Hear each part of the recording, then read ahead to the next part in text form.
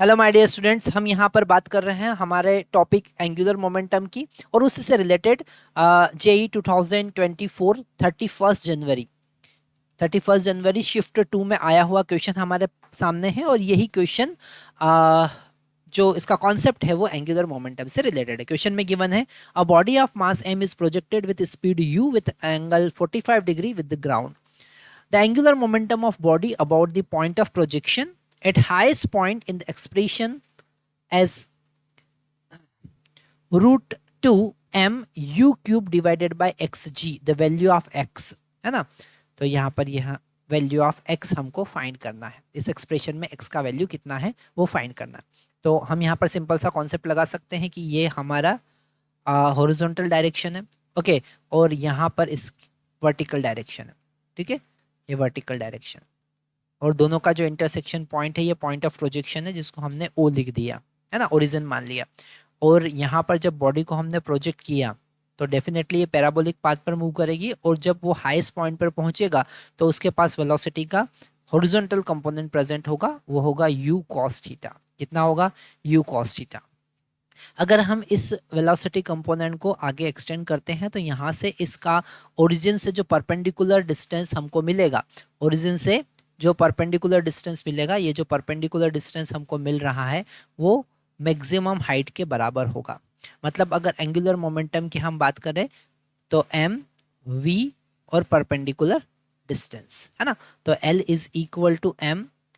v का value हमारे पास में कितना है? u cos थीटा, और यहाँ पर थीटा का वैल्यू 45 गिवन है। और आर परपेंडिकुलर कितना है? आर परपेंडिकुलर मैक्सिमम हाइट के बराबर है, मतलब you square sine square theta divided by 2g के बराबर है। इसको आगे सॉल्व करते हैं तो L is equal to theta का वैल्यू यहाँ पर 45 डिग्री है तो साइन में भी हम यहाँ पर 45 पुट करेंगे, ठीक है, 45 डिग्री।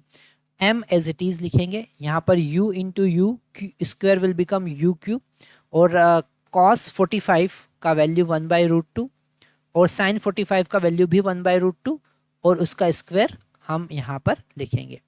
डिवाइड में हमारे पास में आ जाएगा 2g, ओके। इसको आगे सॉल्व करेंगे तो m as it is, okay, u cube as it is, और ये हो जाएगा 1/2, ओके, 1/2, ये √2 यहाँ पर हम एज इट इज लिखेंगे, just a minute, okay, √2 as it is लिखेंगे into 1/2 divided by 2g, okay.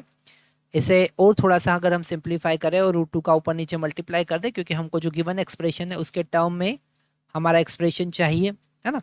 तो यहाँ पर √2 का मल्टीप्लाई डिवाइड करेंगे तो √2 m u क्यूब, है ना, 2 इंटू 2 यहाँ पर 4 हो जाएगा, और √2 और एक √2 का और मल्टीप्लाई होगा तो इंटू 2g हो जाएगा, मतलब 8। ये मिलेगा हमको यहाँ पर √2 m cube divided by 8g। तो x का वैल्यू हम डेफिनेटली यहाँ पर लिखेंगे x इक्वल टू 8, ओके।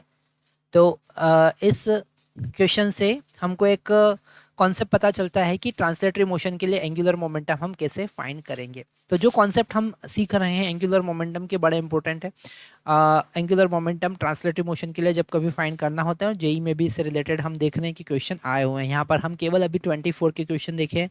अगर आप 23 के क्वेश्चन देखेंगे, अगर आप 22 के क्वेश्चन देखेंगे तो उसमें भी एंगुलर मोमेंटम से रिलेटेड क्वेश्चन बहुत सारे हमको मिलेंगे। मतलब ये वाला कॉन्सेप्ट बड़ा इंपॉर्टेंट है जो आपको ध्यान से समझना है।